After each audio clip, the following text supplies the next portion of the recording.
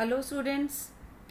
So today we are going to discuss chapter heredity from class 10th. ठीक है. Chapter heredity जो हम पढ़ने वाले हैं वो रिप्रोडक्शन लेसन के बाद हमने इस टॉपिक को कवर किया है और इस लेक्चर में हम हेरिडिटी, वेरिएशंस, मेंडल के एक्सपेरिमेंट को, मेंडल के लॉस को, इन सब को डिस्कस करने वाले हैं. तो आज के इस लेक्चर में इतना पार्ट करेंगे और बाकी का जो लेसन का कंटेंट है वो एक और वीडियो में हम इसको कवर करेंगे.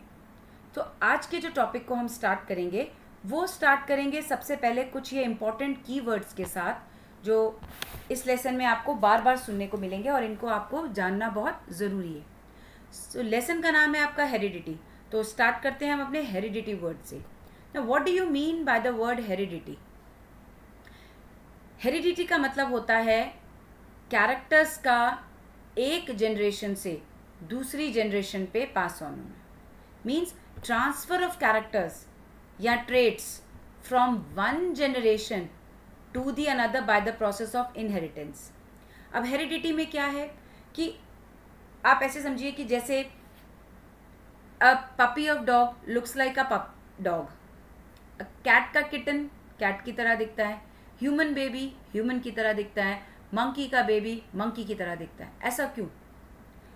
क्योंकि ये प्रोसेस जो चल रहा है this is because of heredity कि जो ऑफस्प्रिंग है उसने अपने सारे बॉडी डिज़ाइन के कैरेक्टर्स अपने पेरेंट्स से लिए. इस प्रोसेस को जब एक ऑर्गेनिज्म के पास उसके कैरेक्टरिस्टिक्स उसके पेरेंट्स से आते हैं इसको बोलते हैं हम हेरिडिटी. हेरिडिटी क्या है? कैरेक्टर्स का एक जनरेशन से दूसरी जनरेशन में पास ऑन होना इज नोन एज हेरिडिटी. तो ये वर्ड एक और आ रहा है इनहेरिटेंस. इनहेरिटेंस का क्या मतलब है? इनहेरिटेंस का मतलब है कि हमको जैसे कहते हैं ना विरासत में मिली हुई चीज़ है. ठीक है, तो विरासत में हमें कुछ भी मिल सकता है. जैसे विरासत में हमको गाड़ी, बंगला, है ना, राजा के जो युवराज होते हैं या राजा के जो नेक्स्ट जनरेशन है उनको पूरा किंगडम, एम्पायर, वेल्थ, सेना, लैंड सब कुछ मिलता है बिकॉज ऑफ इनहेरिटेंस. उन्होंने विरासत में वो सब चीज़ें ली हैं. लेकिन हम यहाँ पर जो वर्ड यूज़ कर रहे हैं हम यूज़ कर रहे हैं हेरिडिटी. बिकॉज हेरिडिटी में हम बात करेंगे कैरेक्टर्स की, ट्रेड्स की जो एक जनरेशन से दूसरी जनरेशन में पास ऑन हो रहे हैं और इनहेरिटेंस के प्रोसेस से हो रहे हैं. भाई विरासत में मिली है ये सब चीज़ें. लेकिन हेरिडिटी में हम स्पेसिफिकली किसकी बात करेंगे? ट्रेड्स की और कैरेक्टर्स की. ठीक है, अब हमने ये तो बात कर ली कि एक पपी अपने डॉग की तरह दिखता है. ठीक है, ह्यूमन का बेबी ह्यूमन की तरह दिखता है. क्या एग्जैक्ट कॉपी है? क्या आप अपने पेरेंट्स की एग्जैक्ट कॉपी हैं? नहीं, कुछ डिफरेंसेस हैं आप में और आपके पेरेंट्स में. हाँ, you look alike but you are not the exact copy. अब हम एग्जैक्ट कॉपी क्यों नहीं है? हम एग्जैक्ट कॉपी इसलिए नहीं है क्योंकि हमारे पास कुछ वेरिएशंस भी हैं. ठीक है, कुछ वेरिएशंस भी हैं हमारे पास जो हमको हमारे पेरेंट्स से अलग करती हैं, जो हमको हमारे भाई बहनों से भी अलग करती हैं. तो कुछ चीज़ें जो हमको अलग कर रही हैं वो हैं वेरिएशंस. लेकिन हम जो कैरेक्टर्स अपने पेरेंट्स से ले रहे हैं दैट इज़ हेरिडिटी. यहाँ तक क्लियर हुआ? तो इन दोनों टर्म्स को जब हम पढ़ते हैं कि हेरिडिटी क्या है, वेरिएशन क्या है, तो उसके लिए हम बायोलॉजी की जिस ब्रांच को स्टडी करते हैं वो पूरी एक अलग से ब्रांच है जेनेटिक्स, जिसमें आप हेरिडिटी और वेरिएशन से रिलेटेड चीज़ों को स्टडी करते हैं. अब एक और वर्ड यहाँ पर आ रहा है evolution. What is evolution? Evolution का प्रोसेस है कि प्रिमिटिव ऑर्गेनिज्म से आज का मॉडर्न ऑर्गेनिज्म बनना. जैसे आप ह्यूमन एवोल्यूशन की ही बात करें तो आपकी हिस्ट्री के कई बुक्स में स्टोन एज वाले मैन से लेके आज तक के मैन की वो स्टैंडिंग वाली पिक्चर दे रखी है कि वो पहले झुका हुआ है फिर धीरे धीरे धीरे धीरे खड़ा हो रहा है. तो this is the process of evolution कि कैसे एक ऑर्गेनिज्म बदल करके आज वाला ऑर्गेनिज्म बना. और इस सब प्रोसेस में लगे हैं मिलियंस ऑफ ईयर्स. ऐसा नहीं कि हाँ पिछली पीढ़ी ऐसी थी, मतलब लास्ट जनरेशन ऐसी थी और अब की जनरेशन ऐसी होगी. नो, एवोल्यूशन का प्रोसेस नेवर एंडिंग प्रोसेस है. अभी भी एवोल्यूशन चल रहा है और कुछ सालों बाद कुछ और तरीके के चेंजेस देखने को मिलेंगे. तो evolution is a never ending process और ये ग्रेजुअल चेंजेस हो रहे हैं प्रिमेटिव ऑर्गेनिज्म से और आज का ऑर्गेनिज्म बनकर हमारे सामने आ रहा है. तो इन 4 वर्ड्स के साथ हम आगे शुरुआत करते हैं. वेरिएशन को अभी हम आगे और कंटिन्यू करेंगे क्योंकि वेरिएशन है हमारे 2 तरह का, somatic variation and heredity variation. Now what is somatic variation? Somatic variation, पहले हम इसका एग्जांपल समझते हैं, फिर हम इसका डिफरेंसेस देखेंगे. अब हमें ये पता है कि हम जो है हमारे जो बॉडी कैरेक्टर्स हैं, हमारी हाइट है, हमारे स्किन कलर है, हमारे बालों के टेक्सचर हैं, बहुत हद तक हमारे पेरेंट्स से मिलते हैं. ठीक है, we have inherited those characters from our parents और वो हमारी आगे की जनरेशन में भी जा रहे हैं. ठीक है, कुछ कैरेक्टर्स ऐसे होते हैं जो नेक्स्ट जनरेशन में नहीं जाते, वो उसी जनरेशन के लिए होते हैं, वो नेक्स्ट जनरेशन में नहीं जाते. ठीक है, जैसे अगर हम बात करें इंडियन विमेंस के थाउजेंड्स ऑफ ईयर्स से ईयर पियर्सिंग का कल्चर है कि उनके कान में छेद कराना है. लेकिन अब वो उसके कान में जो छेद हुआ है हज़ारों सालों से हो रहा है, लेकिन वो आने वाली जनरेशन में पास ऑन नहीं हो रहा है. ठीक है, ऐसे ही अगर हम बात करें कि अभी मेरा मन कर जाए कि मैं या आपका मन कर जाए कि आप बहुत अच्छा म्यूज़िक सीखना चाहते हैं, कोई एक इंस्ट्रूमेंट आप अच्छे से बजा सकते हैं, इट इज़ नॉट नेसेसरी कि आने वाली जनरेशन आपने सीख लिया तो वो कैरेक्टर आगे वाली जनरेशन को आप पास ऑन कर सकेंगे. नो.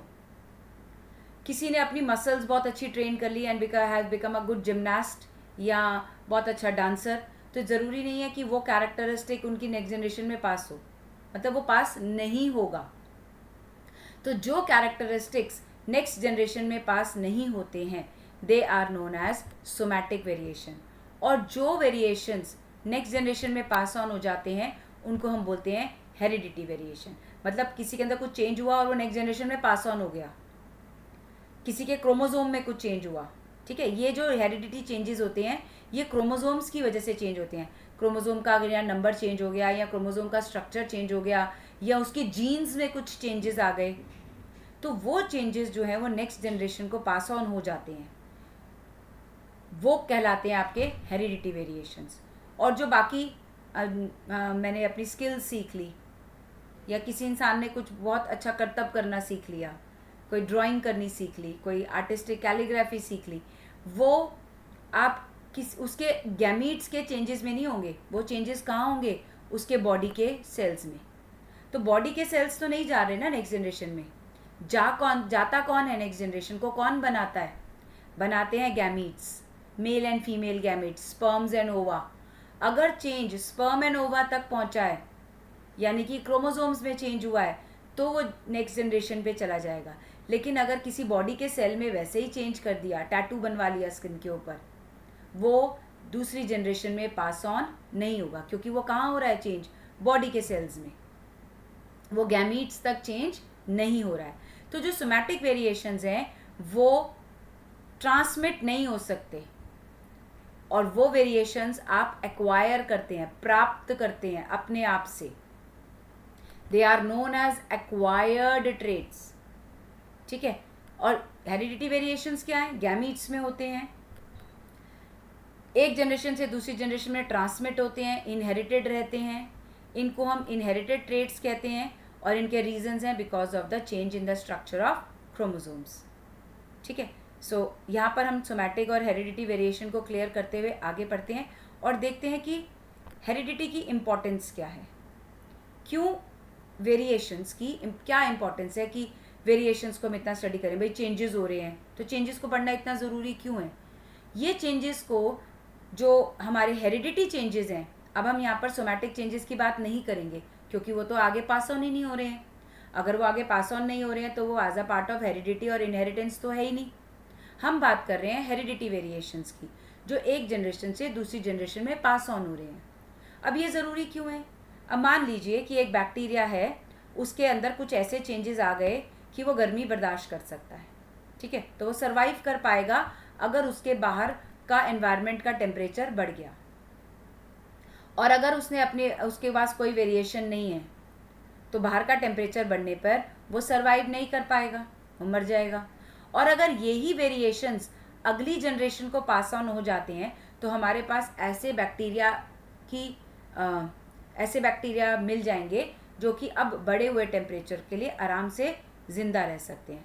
तो वेरिएशंस हमारा चांस ऑफ सर्वाइवल को इंक्रीज़ कर देता है।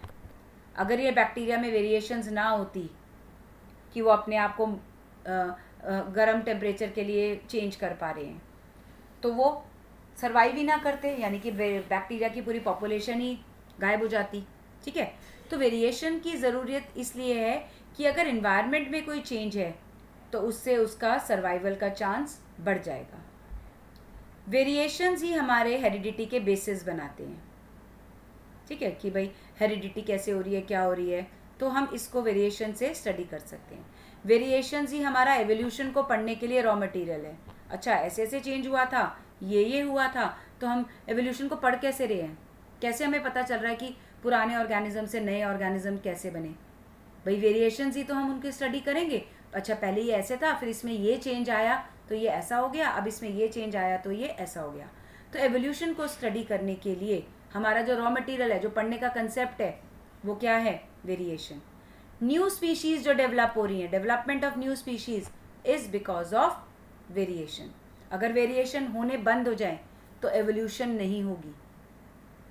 ठीक है, अब ये जो हमारे वेरिएशंस हो रहे हैं ये नेक्स्ट जनरेशन को पास ऑन होते हैं, और जो वेरिएशंस होते जा रहे हैं वो इकट्ठा होते जाते हैं आने वाली जनरेशन में। कैसे? इसको हम पढ़ेंगे under the topic accumulation of variation during reproduction. ये हेडिंग आपकी बुक में ऐसे ही दे रखी है। ठीक है, तो अब एक पेरेंट्स के ऑफस्प्रिंग्स हुए, यानी कि उनके बच्चे पैदा हुए किसी के भी, तो उसका बेसिक बॉडी डिज़ाइन तो ऑफस्प्रिंग के पास जाएगा ही जाएगा। जैसे डॉग का बेसिक बॉडी डिज़ाइन तो उसके ऑफस्प्रिंग के पास चला ही जाएगा। कैट का बेसिक बॉडी डिज़ाइन जो है वो तो कैट के किटन के पास जाएगा ही जाएगा। तो पेरेंट्स से हेरिडिटी की वजह से ऑफस्प्रिंग्स के पास बेसिक डिज़ाइन चला गया। अब पेरेंट में कुछ छोटे मोटे चेंजेस हुए, सटल चेंजेस, जो कि ज़िंदा रहने के लिए ख़तरनाक नहीं है। अगर नेगेटिव चेंजेस होते हैं तो वो सर्वाइवल भी नहीं होता। कुछ हल्के फुल्के चेंजेस हुए, वो पहुंच गए ऑफस्प्रिंग्स के पास। अब ऑफस्प्रिंग्स के पास क्या दो चीज़ें आ गई? एक वो आ गई जो बेसिक बॉडी डिज़ाइन पेरेंट से इनहेरिट किया, और दूसरा इनहेरिट क्या किया पेरेंट से? पेरेंट के अंदर जो वेरिएशन हो गई थी। तो अब ऑफस्प्रिंग के पास आ गया सेम बॉडी डिज़ाइन प्लस ये वाली वेरिएशन। अब इस ऑफस्प्रिंग के अंदर भी कुछ वेरिएशंस आ गई। ठीक है, अभी हम इसको वेरिएशन 2 बोल देते हैं।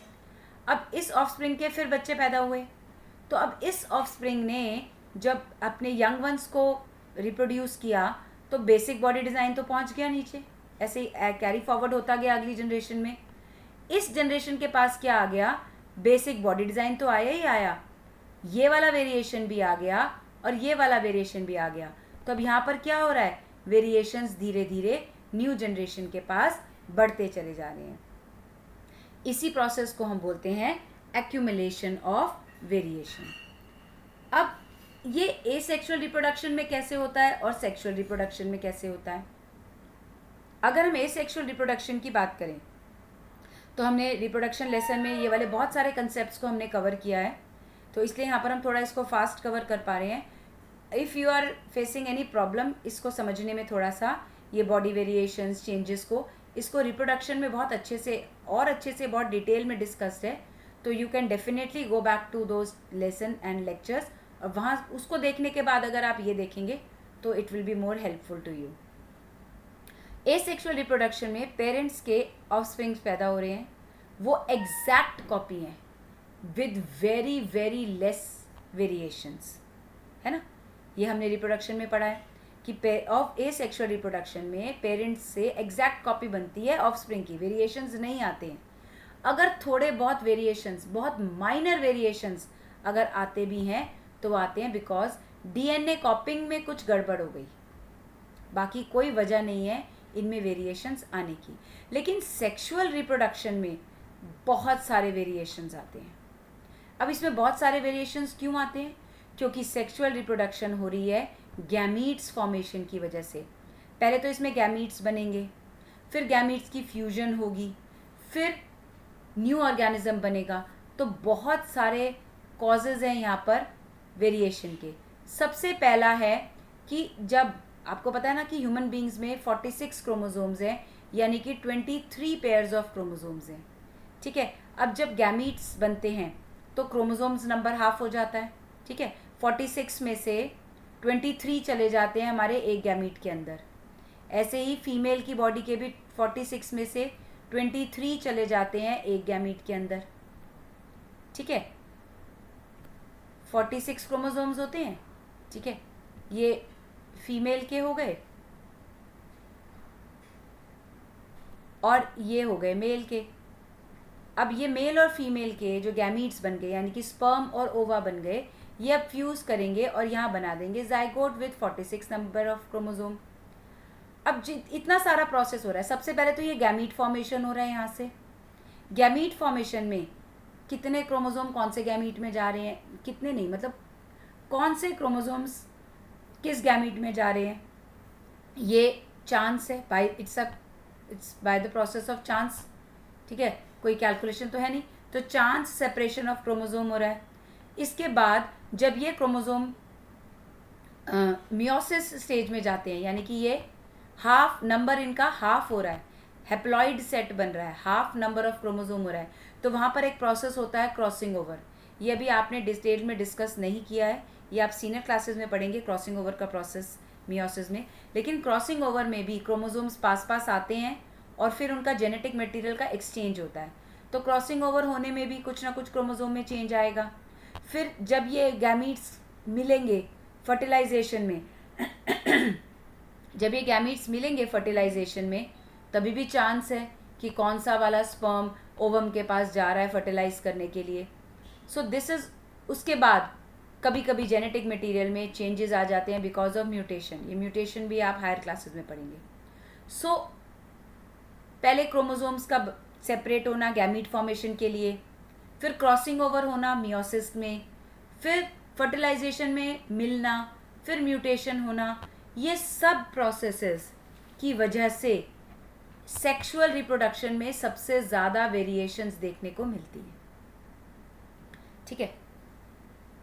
सो अब ये तो आपने पढ़ लिया। अब हम पढ़ते हैं मेंडल का काम। अब मेंडल जो थे बहुत ही रिस्पेक्टेबल हम कह सकते हैं, क्योंकि इनको हम फादर ऑफ जेनेटिक्स भी बोलते हैं। Grigor John Mendel, he was the father of genetics, ठीक है। उन्होंने इस हेरिडिटी और एवोल्यूशन और वेरिएशंस पे बहुत काम किया। इन्होंने अपने आसपास जब चीज़ें देखी कि कैसे चीज़ें हैं, क्यों एक कैरेक्टर दूसरे कैरेक्टर के अंदर जा रहा है, ऐसा क्या है जो एक ऑफस्प्रिंग अपने पेरेंट की तरह दिख रहा है, तो he was very curious to know. उन्होंने बहुत सारे एक्सपेरिमेंट्स किए इसको ढूंढने के लिए, इसकी स्टडी करने के लिए, और उन्होंने इसके लिए प्लांट को यूज़ किया, पी प्लांट, मटर का पौधा, ठीक है, पाइजम सटाइवम। और उन्होंने इसके ब्रीडिंग और हाइब्रिडाइजेशन के एक्सपेरिमेंट करे और लिए बहुत सारे लॉज ऑफ इनहेरिटेंस, ठीक है। ही वॉज, मतलब इतना मेहनत से उन्होंने काम किया, और ये उस टाइम काम किया जब हमारे रिसोर्सेज बहुत कम थे, ठीक है। 1856 में इन्होंने अपना काम स्टार्ट किया। टेक्नोलॉजी तो आज हुई है आपकी डेवलप, हम ये कहेंगे कि कुछ सालों में ही डेवलप हुई है। 1856 की बात अगर आप करें तो उस टाइम पर सिर्फ रॉबर्ट ब्राउन ने न्यूक्लियस के बारे में बताया था। हाँ, न्यूक्लियस होता है, लेकिन क्या होता है, कैसा होता है, कुछ नहीं मालूम था। अंडर दोज हार्श कंडीशन उन्होंने 7 ईयर्स तक वर्क किया, 1856 से 1863 तक, और पी प्लांट पर बहुत सारे एक्सपेरिमेंट्स करे 7 साल तक लगातार। और उसके बाद उन्होंने 2 साल तक अपने काम की स्टडी करी और उनके कंक्लूजन्स निकाले। फिर उन्होंने अपना काम 1865 में पब्लिश करवाया, ठीक है। तो अबाउट 9 ईयर्स, जब उन्होंने काम स्टार्ट किया तब से 9 ईयर्स के बाद उन्होंने अपना वर्क पब्लिश किया, लोगों के सामने प्रेजेंट किया कि मैंने ये किया है और ये मेरी ऑब्जर्वेशन है और ये मेरी कंक्लूजन है, ठीक है। उन्होंने पी प्लांट को ही क्यों कंसिडर किया, सबसे पहले तो ये देखते हैं कि पी प्लांट को ही उन्होंने क्यों चूज़ किया अपने एक्सपेरिमेंट के लिए। एक तो ये प्लांट इजी टू ग्रो है, ठीक है। एनिमल उन्होंने नहीं लिया, पी प्लांट को लिया स्टडी करने के लिए क्योंकि वो ग्रो करता है आसानी से, उसका लाइफ स्पैन शॉर्ट है, ठीक है। शॉर्ट लाइफ स्पैन मतलब उनके बड़ी जल्दी जल्दी से नेक्स्ट ऑफस्प्रिंग, वो नेक्स्ट जनरेशन्स को वो स्टडी कर पा रहे थे। अगर वो एक ऐसा प्लांट या ऐसा एनिमल स्टडी करते जिसकी लाइफ बहुत लंबी है, जैसे मान लीजिए ह्यूमन बींग्स, उनका रिप्रोडक्शन प्रोसेस ही 20 साल से शुरू हो रहा है, फिर उनके बच्चों को देखना है, फिर उनके बच्चों को देखना है, तो वो पॉसिबल नहीं था। तो उनको ये ऐसा कुछ ऑर्गेनिज्म चूज़ करना था जिनकी लाइफ स्पैन छोटा हो, ताकि वो बहुत सारी जनरेशन्स की स्टडी कर सकें। उन्होंने ये देखना था कि बहुत सारे फीचर्स ऐसे होने चाहिए जो मैं स्टडी कर सकता हूँ। और ये भी है कि पी प्लांट के जो सीड्स हैं वो भी बहुत सारे प्रोड्यूस होते हैं। एक मटर का दाना छीलो, कितने सारे सीड्स उसमें से निकलते हैं। तो a pea plant can produce large number of seeds. Pea plant bisexual plant है, तो उसमें सेल्फ पॉलिनेशन भी वो करवा सकते हैं और क्रॉस पॉलिनेशन भी करवा सकते हैं। उनको दोनों की ज़रूरत थी, सेल्फ पॉलिनेशन भी उन्होंने करवाए और क्रॉस पॉलिनेशन भी। तो ये कहाँ पॉसिबल हो सकता है? बाइसेक्सुअल प्लांट्स में। यूनिसेक्सुअल प्लांट्स होंगे तो उसमें नहीं हो सकता। बाइसेक्सुअल मतलब मेल और फीमेल दोनों ऑर्गन्स सेम प्लांट पर हैं। ये प्लांट्स इजीली रेस किए जा सकते हैं, उगाया जा सकता है, इनकी मेंटेनेंस आसान है, इनकी हैंडलिंग आसान है। तो इन्होंने देखा।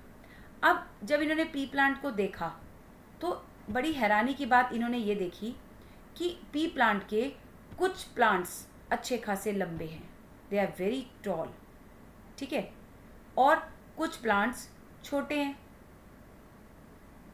पर उन्होंने देखा कि मीडियम हाइट का कोई प्लांट नहीं है। उन्होंने कहा ये तो बड़ी हैरानी की बात है, या तो पौधा लंबा है या तो पौधा छोटा है। यानी कि ये हाइट दो तरह की हाइट है, एक टॉल है, एक ड्रॉफ है। तो ये एक कैरेक्टर के दो ट्रेट्स इनको पता चले कि प्लांट हाइट दो तरह की हो सकती है, टॉल और ड्रॉफ, ठीक है। अब कैरेक्टर और ट्रेट्स क्या हैं, इस चीज़ को थोड़ा डिस्कस करते हैं। जैसे मान लीजिए हम एक बालों के कलर की बात करें, आपके बालों के कलर की, तो बालों का कलर हो गया एक कैरेक्टर। अब उसके ट्रेट्स क्या हो सकते हैं? किसी के ब्राउन हो सकते हैं बाल, किसी के ब्लैक हो सकते हैं, किसी के बगैंडी से कलर के बाल हो सकते हैं, ठीक है। तो इसमें 3 ट्रेट्स हमने डिस्कस कर लिया। अगर हम एक कैरेक्टर की बात करें आई कलर की, तो किसी की ब्राउन आई हो सकती है, किसी की ब्लू आई हो सकती है, किसी की ब्लैक आई हो सकती है, यहाँ तक कि किसी की ग्रीन आई भी हो सकती है। तो एक कैरेक्टर के 4 ट्रेट्स आ गए, ठीक है। लेकिन उन्होंने देखा कि पी प्लांट में 2 ही ट्रेट्स हैं और वो कंट्रास्टिंग है, या तो टॉल है या तो ड्रॉफ है। फिर उन्होंने देखा फ्लावर को, कि फ्लावर के कलर को देखते हैं, तो उन्होंने 2 ही कलर के फ्लावर्स देखे। एक था वायलेट कलर का फ्लावर और एक था वाइट कलर का फ्लावर, बीच में कोई और कलर नहीं था। यानी कि एक कैरेक्टर के 2 ट्रेट्स थे। इसके बाद उन्होंने देखा फ्लावर की पोजीशन, या तो फ्लावर एक्सियल था या टर्मिनल था, या तो प्लांट की एक्सिस में प्रेजेंट था या उसके नीचे इधर बीच में। पॉड मतलब होता है ये जो आप फली देखते हो इसकी, ठीक है, मटर की जो ये फली है, ये है इसका पॉड। इसके अंदर मटर लगा होता है यहाँ पर, ठीक है। तो ये पॉड। अब उसने पॉड के बारे में 2 चीज़ें देखी। क्या क्या देखी? कि ये जो पॉड है या तो ये स्मूथ हो सकता है या ये ऐसे कंस्ट्रिक्टेड इस तरीके का हो सकता है, जैसे पिचका सा। फिर पॉड का कलर, या ये ग्रीन कलर का होगा या येलो, इसके बीच का कलर कोई नहीं है। फिर सीड देखे, सीड की शेप या तो राउंड थी या रिंकल्ड थी। फिर सीड का कलर या तो येलो था या तो ग्रीन था। अब उसमें से भी कुछ कैरेक्टर्स डोमिनेंट थे और कुछ रिसेसिव थे, ठीक है। अब डोमिनेंट और रिसेसिव क्या है, इस पर हम दोबारा यहाँ पर आएंगे। अभी हम पहले आगे समझते हैं कि उन्होंने किया क्या, फिर हम डोमिनेंट और रिसेसिव ट्रेट्स की बात करेंगे। अब मेंडल ने अपना एक्सपेरिमेंट स्टार्ट करा। उन्होंने देखा भाई ये तो बड़ी अजीब बात है। अभी हम सिर्फ ना ऐसा, जब हम इस लेसन को डिस्कस करेंगे तो हम एक कैरेक्टर को डिस्कस करेंगे। हम ज़्यादातर प्लांट की हाइट को लेंगे, टॉल और ड्रॉफ। बाकी चीज़ें भी सेम चलेंगी, लेकिन हम सब चीज़ों को तो नहीं कर सकते। उन्होंने तो सब चीज़ों को करा था।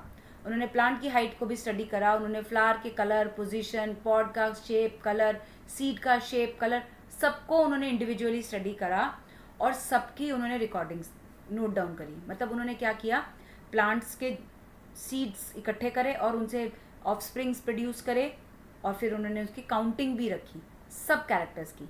अब काम कैसे किया थोड़ा सा ये समझेंगे तो हमें इसको अच्छे से समझ आएगा। उन्होंने क्या किया, मेंडल ने 3 स्टेप्स को अपने पूरे एक्सपेरिमेंट को 3 स्टेप्स में रखा। पहला कि उन्होंने एक प्योर प्लांट को सेलेक्ट किया। ठीक है, प्योर प्लांट को सेलेक्ट करना मतलब कि जैसे मैं ये सीड्स डाल रही हूँ, इनमें से सब टॉल प्लांट निकले। ठीक है, फिर मैंने इससे सीड बनाए, इसके सीड निकाल लिए और इन सीड को डालने के बाद भी सभी टॉल प्लांट्स निकल रहे हैं, कोई ड्रॉप नहीं है। फिर इसके भी मैंने सीड्स बना के बनाए।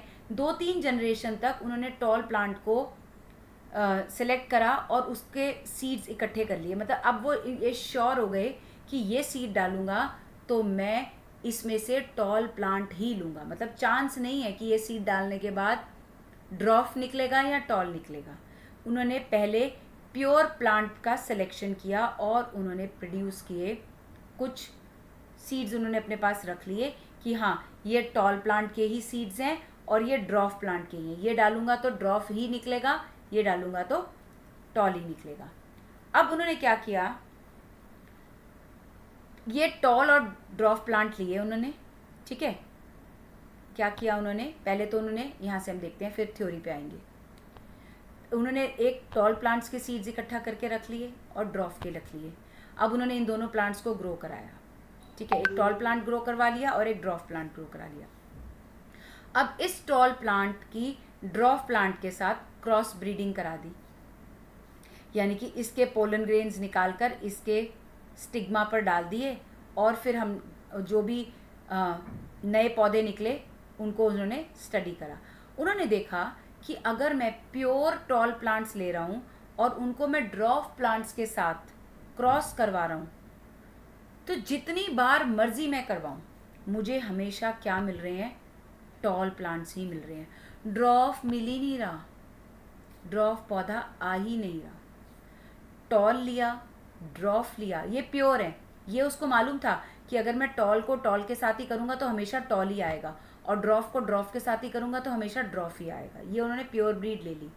लेकिन जब उन्होंने इन दोनों का क्रॉस करवाया तो देखा कि हाय ये तो सारे के सारे प्लांट टॉल ही आ रहे हैं, ड्रॉफ तो कोई आया ही नहीं।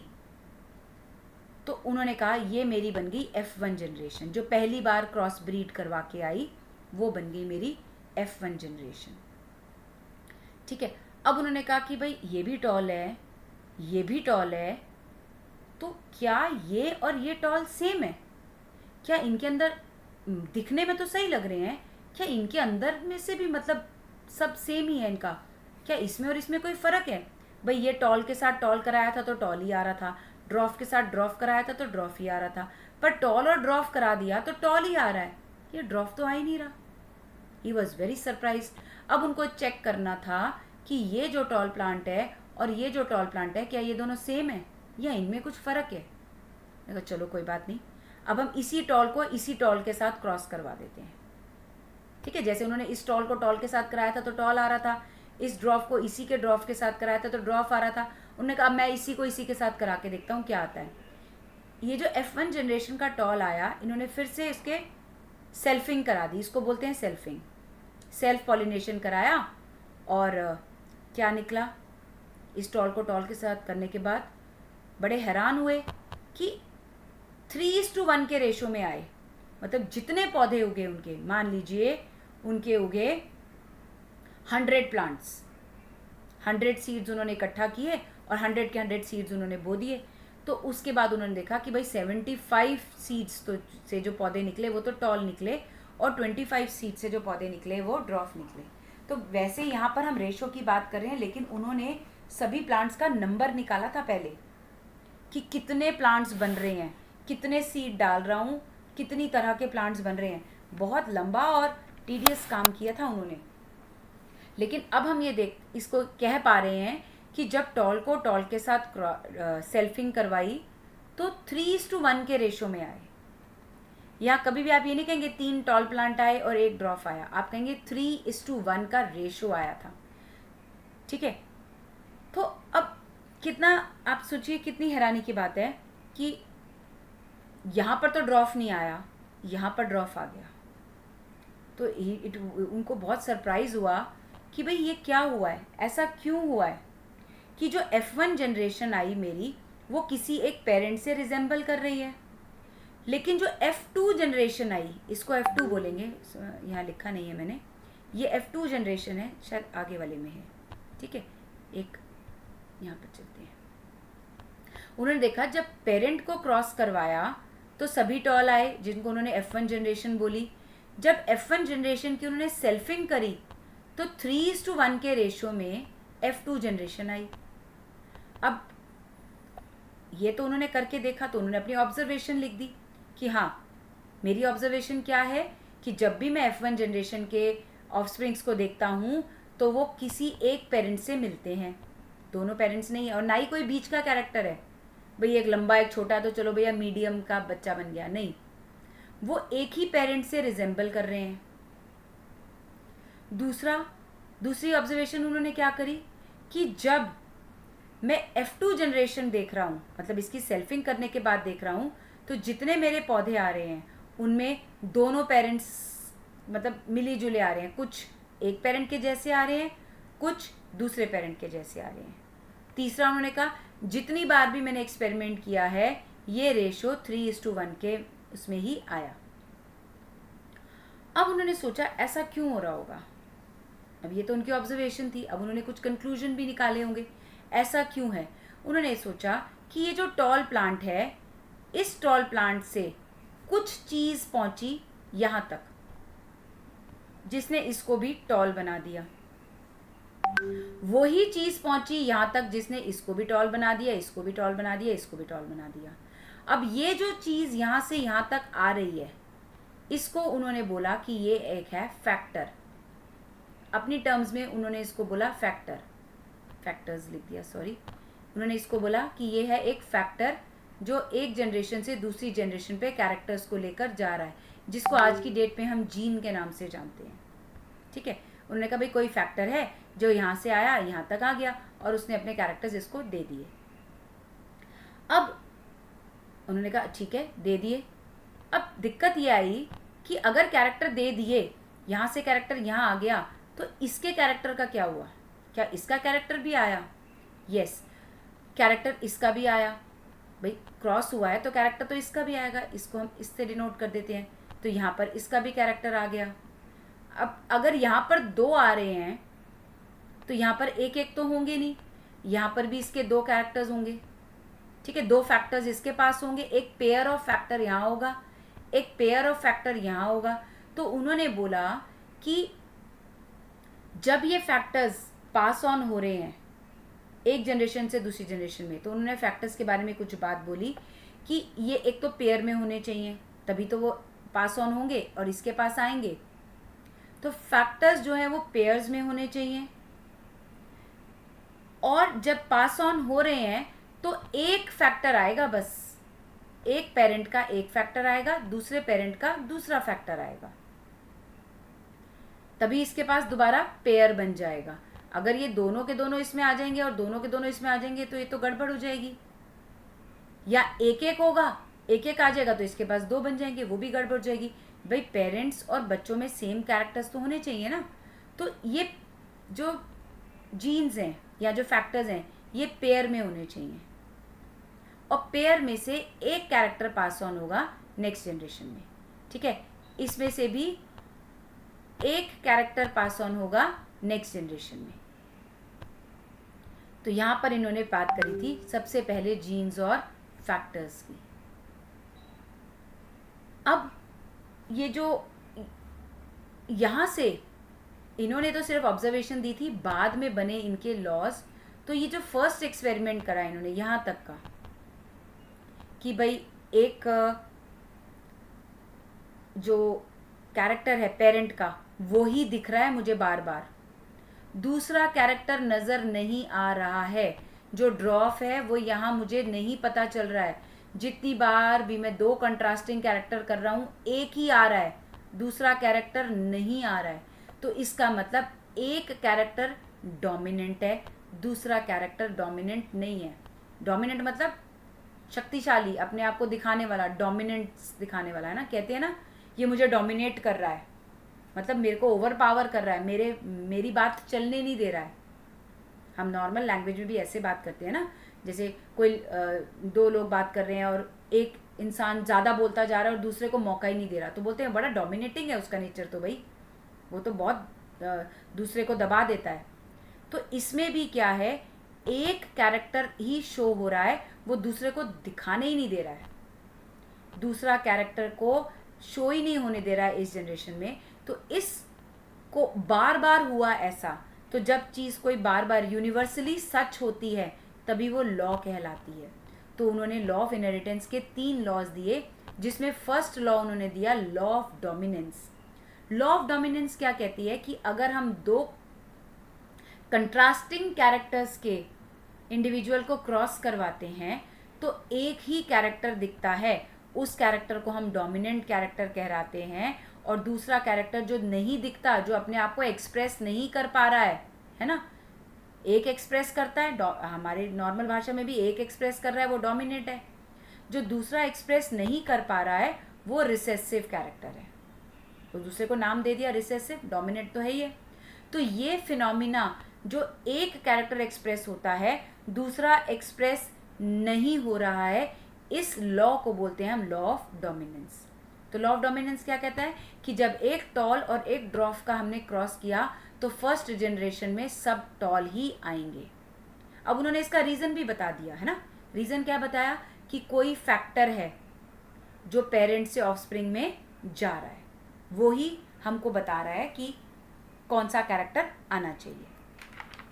तो ये आपका लॉ ऑफ डोमिनेंस आ गया यहाँ पर। अब देखते हैं दूसरी बात कि ये जो आपका है, उन्होंने बोल दिया कि अभी जो फैक्टर्स की हमने बात करी ना कि 2 फैक्टर्स होंगे, तो इस फैक्टर को हम ऐसे लिख देते हैं, टॉल के फैक्टर्स है ना, टॉल डोमिनेट है तो हम टॉल को कैपिटल टी दे देते हैं। चलो भैया, दो तेरे फैक्टर्स है ना, उनको हम टी से बोलेंगे कि तेरे पास दो फैक्टर्स हैं, दोनों कैपिटल टी हैं। अब ड्रॉफ है, इसकी तो कुछ चलती नहीं, तो इसका डी नहीं लिखते, इसका हम स्मॉल टी लिखते हैं। भैया इसकी कुछ चलेगी ही नहीं, इसकी कोई औकात ही नहीं समझ रहे हैं। तो टॉल कहता है मैं तो टॉल हूँ, डोमिनेंट हूँ, तो मेरा तो टी कैपिटल आएगा। ड्रॉफ बेचारा कहता है भैया मैं अपने आप को तो बता ही नहीं पाता, मैं तो तेरे को ही बताता हूँ, तो मैं तेरा ही ले लेता हूँ, लेकिन तू टॉल है तो तू डबल टी ले ले और मैं डबल टी स्मॉल ले लेता हूँ। ये बात उन्होंने पहले बता दी कि फैक्टर्स जो हैं वो पेयर्स में होते हैं, तो इसलिए हमने यहाँ पर इनके पेयर्स लिख दिए कि भाई टॉल के 2 पेयर्स हो गए टी और ड्रॉफ के 2 पेयर्स हो गए स्मॉल टी। अब हम इसको ऐसे ही लेके चलेंगे। अब उन्होंने कहा कि टॉल और ड्रॉफ से जो टॉल बन रहे हैं फर्स्ट जनरेशन में, वो कैसे टॉल बन रहे हैं। पहले तो गैमीट्स की फॉर्मेशन होगी। ये जो टॉल है ये अपने 2 गैमीट्स बनाएगा, ठीक है, एक के पास एक टी आ जाएगा, एक के पास एक टी आ जाएगा। ड्रॉफ ने भी बेचारे ने अपने 2 गैमीट्स तो बनाने ही हैं, तभी तो प्रोसेस होगा। तो इसका एक स्मॉल टी और एक स्मॉल टी यहाँ बन गया। अब इन गैमीट्स की पॉलिनेशन हो गई, अब इनको मिलना है गैमीट्स को, सेक्सुअल रिप्रोडक्शन हो रही है ना यहाँ पर, तो सेक्सुअल रिप्रोडक्शन में गैमीट्स की फ्यूजन होगी। अब गैमीट्स की फ्यूजन चांस से हो सकती है ना, कि कौन सा गैमीट किसके साथ फ्यूज़ करेगा। इसके पास तो दोनों टी हैं। कई बार आप, वैसे तो यहाँ पर अभी पूरा लिखा हुआ है, अच्छा पहले आप इसको समझ लीजिए, ये टी और ये टी है, फिर ये टी और ये टी है, कैपिटल टी स्मॉल टी।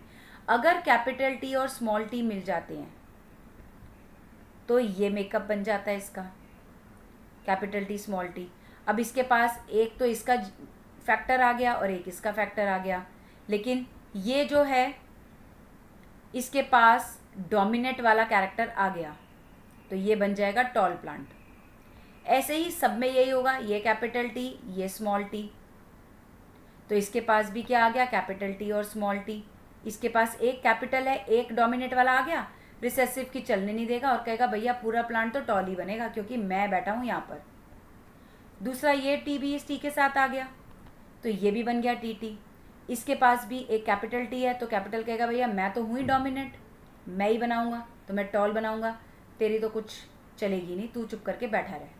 बेटा ठीक है, ड्रॉफ चुप करके बैठा हुआ है। तो इस जनरेशन में सारे प्लांट्स क्या हो गए, टॉल बने, क्योंकि टॉल एक डोमिनेंट कैरेक्टर है।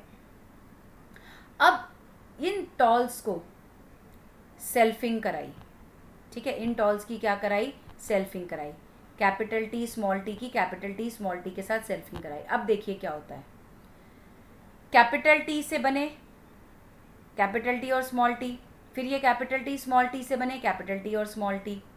अब ये कैपिटल टी और ये स्मॉल टी मिलके सॉरी, ये कैपिटल टी और इसका भी कैपिटल टी मिलके बना रहा है डबल कैपिटल टी। तो ये बन गया हमारा टॉल प्लांट। फिर इसके बाद इसका कैपिटल और इसका स्मॉल टी आ गया, तो भी ये टॉल ही बनेगा। अब ये टॉल क्यों बनेगा, क्योंकि इसके पास डोमिनेंट वाला फैक्टर है। फिर ये कैपिटल टी और ये स्मॉल टी मिल गए, तो इनका ये बन गया कैपिटल टी, तो ये भी टॉल बन गया। अब बचा ये स्मॉल और ये स्मॉल। अब बेचारा ये जो रिसेसिव कैरेक्टर था कहता है शुक्र है कि मेरे पास वो डोमिनेंट वाला नहीं आया, नहीं तो मेरी चलने ना देता। अब मैं अकेला हूँ, मेरा ही राज है, वो मुझे परेशान नहीं कर रहा है। अब दिखाऊंगा मैं अपना कैरेक्टर, अब मैं अपने आप को एक्सप्रेस कर पाऊंगा। तो अब वो जो प्लांट बनाता है वो ड्रॉफ बनाता है। तो यहाँ पर आप देख रहे हैं, क्योंकि यहाँ पर गैमीट्स बन रहे हैं अलग अलग, ठीक है, तो गैमीट्स में फैक्टर्स डिवाइड हो रहे हैं बार बार। तो यहाँ से उन्होंने एक लॉ बनाया, लॉ ऑफ सेग्रीगेशन, जो ये बोल रहा है कि गैमीट्स के बनने के टाइम पर फैक्टर्स एक दूसरे से सेपरेट हो जाते हैं और हर गैमीट को एक जीन या एक फैक्टर ही मिलता है, ठीक है। तो ये आ गया आपका लॉ ऑफ सेग्रीगेशन कि गैमीट फॉर्मेशन के टाइम पर फैक्टर्स सेग्रीगेट हो जाते हैं, जिसकी वजह से एक ही जीन या एक ही फैक्टर उसको मिल पाता है। यहाँ पर एक ही जीन और एक ही फैक्टर से हम बात कर रहे हैं एक ही ट्रेट, एक ही कैरेक्टर के बारे में, ठीक है। बाकी भी आएंगे, फ्लावर वाले जीन्स भी आएंगे, कलर वाले जीन्स भी आएंगे, दूसरे भी आएंगे, लेकिन क्योंकि हम बात यहाँ पे सिर्फ हाइट की कर रहे हैं, तो इसलिए हम यहाँ पर एक जीन की बात कर रहे हैं कि हम सिर्फ यहाँ पर टॉल वाले मतलब प्लांट की हाइट वाले जीन की बात कर रहे हैं। तो एक ही हाइट वाला जीन इसमें आएगा। अब ये बुक्स में कुछ ऐसे आपको दिखाया जाता है जिसको पुनेट स्क्वायर बोलते हैं। इसमें आप अगर इस तरीके से इसको नहीं ड्रॉ कर पाते तो हम क्या करते हैं, ये जो एच टी है और ये जो एच टी है, इनको पुनेट स्क्वायर, अब नाम से आपको पता चल रहा है ये मेंडल ने नहीं बनाया, ये बाद में इसके काम को स्टडी करते हुए पुनेट साइंटिस्ट हुए, उन्होंने इसको डेवलप करा पुनेट स्क्वायर करके। ये मेंडल्स के टाइम पर ऐसा कुछ डेवलप नहीं हुआ था, ये स्टडी को आसान उन्होंने करा, क्योंकि मेंडल के काम पर बाकी बहुत लोगों ने बाद में भी स्टडी किया और काम किया। तो जो भी गैमीट बने वो कैपिटल टी स्मॉल टी यहाँ लिख दिया, और जो भी गैमीट बने कैपिटल टी स्मॉल टी वो यहाँ लिख दिया। तो अब इनको बनाना आसान हो गया, T capital T capital T capital. अब ये टी है तो हमेशा कोशिश करेंगे कैपिटल वाला वर्ड पहले लिखेंगे, टी। फिर यहाँ से भी ये कैपिटल टी स्मॉल टी, यहाँ से स्मॉल टी, तो ये टी है कैपिटल वाले दोनों, तो इसमें तो 100% बनेगा ही टॉल प्लांट। इसमें क्या है, एक अगर डोमिनेंट कैरेक्टर आ गया तो भी टॉल बन गया, इसमें भी एक डोमिनेंट कैरेक्टर आ गया तो टॉल बन गया। इसमें दोनों कैरेक्टर्स जो हैं वो रिसेसिव वाले आए हैं, इसीलिए अब ये बहुत खुश है कि वाह मुझे भी ज़िंदगी में मौका मिला अपने आप को एक्सप्रेस करने का। यहाँ पर मेरे साथ डोमिनेंट वाला ट्रेट आया ही नहीं, जान छुटी उससे मेरी, तो वो बन गया ड्रॉफ। अब यहाँ पर ये आप देख रहे हैं कि ये भी टॉल प्लांट बना रहा है और ये भी टॉल प्लांट बना रहा है। इनमें क्या फ़र्क है, इनका फ़र्क जानने के लिए अब हमको पढ़ने पड़ेंगे कुछ बेसिक टर्म्स जो बार बार यूज़ होंगे। इन बेसिक टर्म्स में सबसे पहले हम बात कर रहे हैं फिनोटाइप की। फिनोटाइप मतलब दिखता कैसे है, ठीक है। जैसे कोई पौधा लंबा दिख रहा है, वो टॉल दिख रहा है, tall is the physical appearance, phenotype. ड्रॉफ, छोटा प्लांट दिख रहा है, ड्रॉफ दिख रहा है, वो उसकी फिजिकल अपीयरेंस है. राउंड दिख रहा है, वो उसकी फिजिकल अपीयरेंस है. रिंकल्ड दिख रहा है, वो उसकी फिजिकल अपीयरेंस है.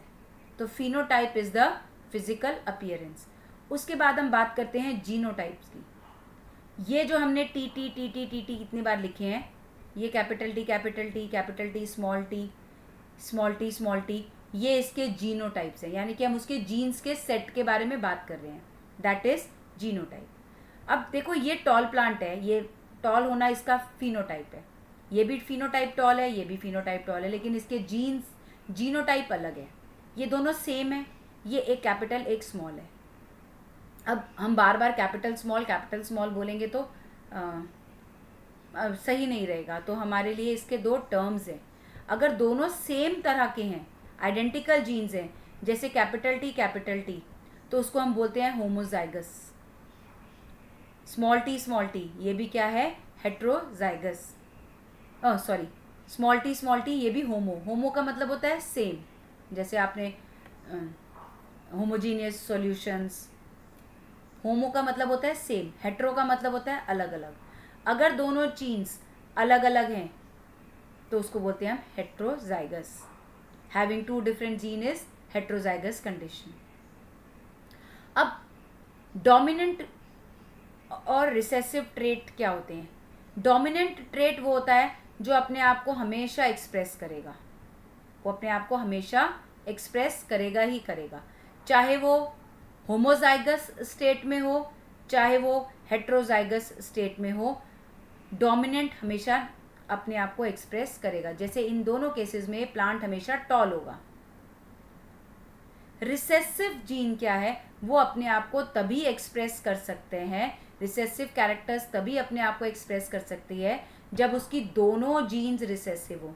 जैसे होमोजाइगस कंडीशन में ही प्लांट ड्रॉफ आएगा, ये हेट्रोजाइगस कंडीशन में नहीं आ सकता. हेट्रोजाइगस में हमेशा डोमिनेंट कैरेक्टर आएगा. होमोजाइगस कंडीशन में डोमिनेंट भी आ सकता है और रिसेसिव भी आ सकता है. ठीक है. अब मोनोहाइब्रिड क्रॉस और डायहाइब्रिड क्रॉस क्या होते हैं? मोनोहाइब्रिड क्रॉस वो क्रॉस होते हैं जब हम एक ही कैरेक्टर को स्टडी करते हैं. जैसे अभी हमने सिर्फ हाइट की बात करी, हमने सीड्स के या फ्लावर्स की बात नहीं करी. ठीक है. तो ये जो हमने ऊपर क्रॉस पढ़े, ये मोनोहाइब्रिड क्रॉस थे. अब डायहाइब्रिड क्रॉस क्या है? डायहाइब्रिड क्रॉस है जब आप दो कैरेक्टर्स को लेके स्टडी करते हो कि भाई मैं ये पढ़ना चाहता हूँ कि भाई अगर हाइट ये है तो सीड ये है, और सीड ये है तो हाइट ये है. मतलब सीड और हाइट का आपस में क्या रिलेशन है? अगर लंबा प्लांट आएगा तो उसके सीड्स कैसे होंगे, छोटा प्लांट आएगा तो उसके सीड्स कैसे होंगे. तो अगर हम दो कैरेक्टर्स के बारे में स्टडी करते हैं तो वो कहलाता है हमारा डायहाइब्रिड क्रॉस. तो चलो, अभी हमने डायहाइब्रिड क्रॉस के बारे में बात कर ही ली है तो हम इसको स्टडी भी कर लेते हैं. तो डायहाइब्रिड क्रॉस क्या है? इसको क्रॉस करना है हमने प्लांट्स जिसमें दो पेयर ऑफ कंट्रास्टिंग कैरेक्टर्स हैं. और हम अपने एक्सपेरिमेंट में अभी जो डिस्कस कर रहे हैं उसमें क्या डिस्कस करेंगे हम? Shape of seed and colour of seed. Shape of seed हमने देखी थी, कौन कौन सी थी? राउंड और रिंकल्ड. जिसमें राउंड जो है वो डोमिनेटिंग कैरेक्टर है, डबल आर से रिप्रेजेंट करेंगे. प्योर ब्रीड सिलेक्ट करनी है ना हमने, तो इसलिए हम यहाँ पे डबल आर लिख रहे हैं. और रिंकल्ड क्या है? रिसेसिव कैरेक्टर्स हैं जिसको हम स्मॉल आर से डिनोट कर रहे हैं. कलर ऑफ सीड येलो है जिसको हम कैपिटल वाई से डिनोट कर रहे हैं, और रिसेसिव है इसका ग्रीन जिसको हम स्मॉल वाई से डिनोट कर रहे हैं. अब हमने वैसे ही करा, वही 3 स्टेप हैं. पहले प्योर पेरेंट लिया, फिर उनकी क्रॉस करवाया, फिर हमने सेल्फिंग कराई. तो पहले हमने प्योर पेरेंट लिया. प्योर पेरेंट में हमने कौन सा पेरेंट सेलेक्ट किया? राउंड वाला प्लांट जिसके ग्रीन सीड्स हों. तो राउंड के लिए प्योर है इसलिए हमने आर लिया और स्मॉल वाई लिया. इसके बाद हमने रिंकल्ड और येलो सीड्स के बारे में बात करी. मतलब प्लांट कैसा होगा? जिसके रिंकल्ड और येलो सीड्स होंगे. मतलब शेप उसकी रिंकल्ड होगी और कलर उसका येलो होगा. 2 कैरेक्टर्स हो गए. रिंकल मतलब रिसेसिव कैरेक्टर, प्योर प्लांट है, इसलिए दोनों small R. Yellow dominating pure है, इसलिए दोनों वाई। अब हमने इसके गैमीट्स बनाने हैं। तो गैमीट्स में गैमीट्स क्या बनेंगे हर बार? एक बनेगा आर और इसका भी आर अलग हो जाएगा, हमने यही कहा था गैमीट्स में। इस गैमीट में इसका भी वाई आ जाएगा और इसका भी वाई आ जाएगा, ठीक है। तो ये क्या बन गया, मतलब हम दोनों को अलग अलग ना लिख करके एक ही जैसा लिख रहे हैं, capital R small Y. Similarly इसका भी जब गैमीट फॉर्मेशन होगी तो एक में आर आ जाएगा और दूसरे में भी आर आ जाएगा। अब चॉइस ही यही है कि दोनों कैपिटल वाई हैं, तो इसके पास भी वाई आ जाएगा और इसके पास भी वाई आ जाएगा। अब ये आपके बन गए गैमीट्स।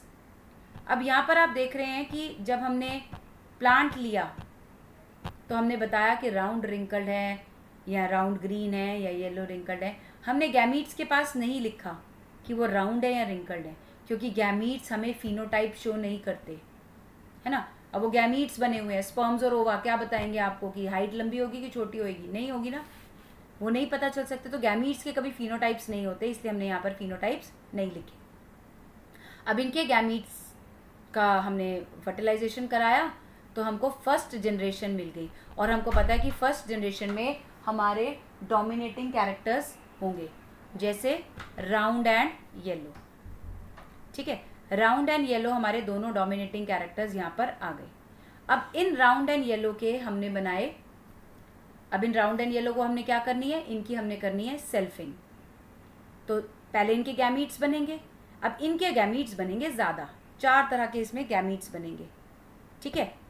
एक कैपिटल आर और कैपिटल आर अलग हो गए, और स्मॉल आर और स्मॉल आर अलग हो गए, क्योंकि एक आर के साथ एक कैपिटल वाई आएगा, एक आर के साथ एक स्मॉल वाई आएगा, फिर स्मॉल आर के साथ कैपिटल वाई आएगा, स्मॉल आर के साथ स्मॉल वाई आएगा, ठीक है।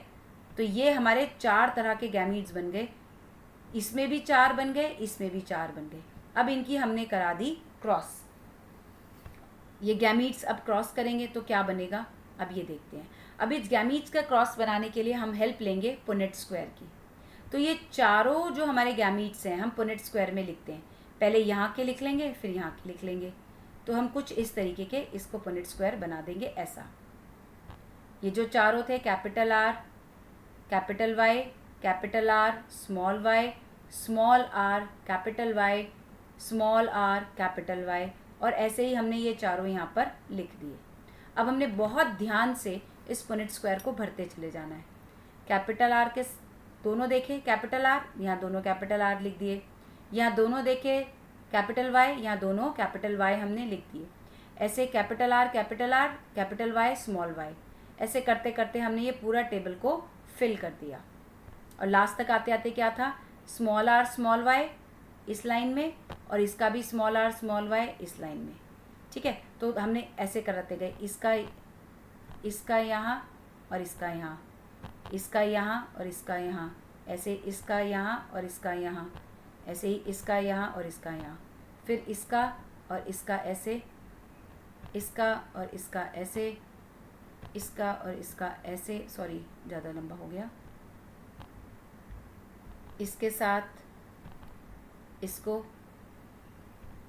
करते चले जाएंगे, सबको सबके साथ। लास्ट में आते आते हम यहाँ तक आके इसको इसके साथ पेयर कर देंगे। तो ये हमारा सारा पुनेट स्क्वायर फुल हो गया। अब पुनेट स्क्वायर फुल होने के बाद आप देखिए इनके हमने फिनोटाइप भी लिखने हैं। तो जहाँ पर भी आपको कैपिटल आर दिख रहा है, ये कैपिटल आर, यानी कि ये देख लो ना, इस लाइन में सारे कैपिटल आर ही आएंगे, तो ये सारे राउंड राउंड राउंड राउंड हो गए। इस लाइन में कैपिटल आर है तो इसमें भी सारे राउंड राउंड हो गए। अब ये वाली लाइन में कैपिटल आर है तो इसमें भी सारे यहाँ से यहाँ तक सब में राउंड लिख देंगे। इसमें भी सारे कैपिटल आर है तो इस लाइन में भी सारे, देखो सबके पास एक एक कैपिटल आर आएगा ना, तो इसमें भी हम सारे राउंड लिख देंगे। अब बाकी स्मॉल आर आ गए, यहाँ नहीं लिख पाएंगे, ठीक है। तो अब इसी तरीके से आप वाई का लिख लो कि येलो, ये राउंड राउंड राउंड सबके लिख दिए। जो बच गए वो क्या बन गए, रिंकल्ड रिंकल्ड रिंकल्ड रिंकल्ड, 4 हमारे रिंकल्ड आ गए, 12 राउंड आ गए और 4 रिंकल्ड आ गए, ठीक है, अब येलो का भी लिख लो, राउंड का लिख लिया, अब येलो का लिख लो। ऐसे ही ये येलो कैपिटल वाई है तो इसकी लाइन में जितने आएंगे वो सब येलो होंगे। ये कैपिटल वाई है, इसकी लाइन में जितने आएंगे सब येलो होंगे। अब यहाँ पर देख लो कैपिटल वाई ये रहा, इसकी लाइन में जितने आएंगे वो सब येलो होंगे। इसकी लाइन में जितने आएंगे, ये कैपिटल वाई है, इसकी लाइन में जितने आएंगे वो सब येलो होंगे। तो हमारे येलो हो गए, कितने हो गए, 1 2 3 4 5 6 7 8 9 10 11 12 येलो हो गए और बाकी 4 ग्रीन रह गए। ठीक है, अब ये पुनेट स्क्वायर से हमने किया, लेकिन मेंडल ने जब इस एक्सपेरिमेंट को किया तो उन्होंने नंबर ऑफ सीड्स काउंट किए थे कि कितने पौधे निकल रहे हैं। उन्होंने देखा राउंड और येलो के मेरे पास 315 पौधे बने हैं, राउंड और ग्रीन के 108 पौधे बने हैं, रिंकल्ड और येलो के 101 पौधे बने हैं, रिंकल्ड एंड ग्रीन के 32 पौधे बने हैं, जब उन्होंने टोटल 556 सीड्स का यूज़ किया। लेकिन इसका रेशो जब निकाला तो देखा 9:3:3:1 के रेशो में आए, 16 के रेशो में। 16 पौधों की अगर बात करें तो ये 9:3:3:1 के रेशो में आए। Round yellow 9, round green 3, wrinkled yellow 3, wrinkled green 1। अच्छा, यहाँ से ना आप ये भी देख लो कि अगर हम सिर्फ इसकी बात करें, अभी तो हमने ये येलो किया ना, येलो के लिए काम किया यहाँ पर, तो येलो कितने हैं, 1 2 3 4 5 6 7 8 9 10 11 12, और ग्रीन कितने हैं, 4। 12:4, ये पूरा मैथमेटिकल किया था उन्होंने। 12:4 कितना होता है, 4 1 ज़ा 4, 4 3 ज़ा 12, तो 12:4 इज़ 3:1। देखो अभी भी 3:1 का ही रेशो आ रहा है यहाँ पर F2 जनरेशन में। लेकिन हम यहाँ पर 2 कैरेक्टर्स की बात कर रहे हैं तो हमारा रेशो यहाँ पर 2 कैरेक्टर्स को लेके 9:3:3:1 का रेशो आ गया। ठीक है, तो ये अगर हम इसमें इंडिविजुअली भी यहाँ से निकाल सकते हैं। अगर हम रिंकल को छोड़ दें तो येलो इज टू ग्रीन 3:1। अगर हम राउंड को छोड़ दें, yellow is to green 9:3 is कितना, 3:1। ऐसे आप इसको मज़ेदार तरीके से भी कर सकते हैं। ठीक है, अगर आप येलो को छोड़ दें तो राउंड और रिंकल कैसे निकाल सकते हैं। अगर हम इस येलो और अगर हम इस येलो की बात ना करें, येलो की बात ना करें तो यहाँ से भी देखो राउंड इज टू रिंकल करेंगे 9:3 3:1। बड़ी मज़ेदार सी इनका रिलेशन आता है, लेकिन ये आपके बोर्ड में नहीं पूछा जाता इस तरीके से, बट हाँ समझना इसको बड़ा इंटरेस्टिंग है। तो जो आपका रेशो आता है 9:3:3:1, दैट इज 16। अब इस यहाँ से भी एक लॉ बना जिसको उन्होंने बोला लॉ ऑफ इंडिपेंडेंट असॉर्टमेंट। अब यहाँ पर उस लॉ में इन्होंने क्या कहा कि जब हम डाई हाइब्रिड क्रॉस कर रहे हैं तो ये जो राउंड है और येलो है, या जो हमने प्लांट लिया था, इसका कोई रिलेशन नहीं है कि राउंड के साथ येलो ही आएगा या राउंड के साथ ग्रीन ही आएगा। जब गैमीट्स बनेंगे तो ये जो ट्रेट्स हैं ये इंडिविजुअली असॉर्ट होंगे, इनका आपस में कोई लिंकेज नहीं है कि राउंड के साथ येलो वाला प्लांट लिया है तो वो बंध गए, सारे प्लांट राउंड और येलो ही बनेंगे। नो, जब गैमीट फॉर्मेशन होगी तो इनका इंडिपेंडेंट असॉर्टमेंट होगा और ये इंडिपेंडेंटली इनहेरिट होंगे गैमीट फॉर्मेशन के टाइम पर। तो इससे इनका लॉ बना law of independent assortment. Learn करने के लिए you can note it down from there here by giving pause to this lecture. ठीक है, अब थोड़ा सा हम पीछे वापस चलते हैं, एक चीज़ यहाँ से थोड़ी और समझते हुए जाएंगे कि कैरेक्टर्स में यहाँ पर डोमिनेंट और रिसेसिव कैरेक्टर्स हमें लिखे थे मैंने, जब मैंने आपको बोला था कि इसको दोबारा आएंगे। तो प्लांट हाइट, अब देखो यहाँ पर ना इसको लर्न करना भी आसान है। जो चीज़ें हमें चाहिए हम वो डोमिनेंट को मान लेते हैं। अगर आप प्लांट लेने जा रहे हो तो आप टॉल को प्रेफर करोगे या ड्रॉफ को, टॉल, तो ये डोमिनेंट हो गया, है ना। फ्लावर कलर वॉयलेट या वाइट, ज़्यादातर लोगों को कलरफुल चीज़ें पसंद है तो वाइट। एक्सियल मतलब ये ऊपर, ये सॉरी टर्मिनल मतलब ये ऊपर टर्मिनस पे, और एक्सियल मतलब ये नीचे बैठा हुआ है। तो नीचे टर्मिनल तो रहना पसंद नहीं होगा, कोई अकेला तो रहेगा नहीं, उसको एक्सियल में रहना है। तो ऐसे कर सकते हैं। आप फलियां खरीदने जा रहे हो तो कैसी कैसी फली लोगे, अच्छी मोटी मोटी ताज़ी ताज़ी या ऐसे पिचकी हुई, तो आपको स्मूथ पसंद है तो स्मूथ डोमिनेट मान लो। पॉट का कलर, जब फलियां खरीद रहे हो तो कैसा कलर पसंद करोगे, हरा या येलो। ठीक है, मम्मी कहेगी हरी हरी छांट के ताज़ी ताज़ी फलियां लेके आओ, तो ग्रीन कलर आपको पसंद है। अब इसके अंदर से जब मटर निकालोगे तो कैसे मटर पसंद करोगे, गोल मोटे मोटे या पिचके हुए, ऑब्वियसली गोल, तो गोल डोमिनेटिंग कैरेक्टर हो गया। बस एक फ़र्क यहाँ आता है कि सीड येलो, जब आप कच्चे मटर लेके आते हैं तो आपको हरे पसंद आते हैं, लेकिन एक्चुअली में जब इनके पके हुए आप सीड देखो, जो आप मटर कुलचा बनाने के लिए मार्केट से सूखे हुए मटर लाते हैं तो आप उसको देखते हैं वो येलो है। ग्रीन तो हर प्लांट जब कच्चा होता है तो ग्रीन ही होता है, आपका मैंगो भी ग्रीन ही होता है ना, एप्पल्स भी पहले ग्रीन होते हैं, तो ग्रीन से बाद में कलर चेंज होता है। तो सीड का जो कलर है तो हम इसको ये वाले में नहीं देखते, हम इसके पके हुए सीड्स को देखते हैं, क्योंकि हम ग्रो पके हुए सीड्स कराते हैं। आप पॉड में से ऐसे कच्चे सीड्स निकाल के ग्रो करा दो तो नहीं होगा। तो सीड्स जो राइप सीड्स हैं, जो हम पल्सेस की तरह जिनको स्टोर करते हैं, वो येलो कलर के हैं। तो डोमिनेंट कैरेक्टर्स आप इनको ऐसे लर्न कर सकते हैं। आई होप आपको लेसन समझ में आया होगा and you might have enjoyed, and thank you for watching. Keep learning. NCERT read कर लो प्लीज़, एनसीईआरटी रीड कर लो। enjoy watching this lesson. Do comment if you have any doubts. I'll try to clear it up.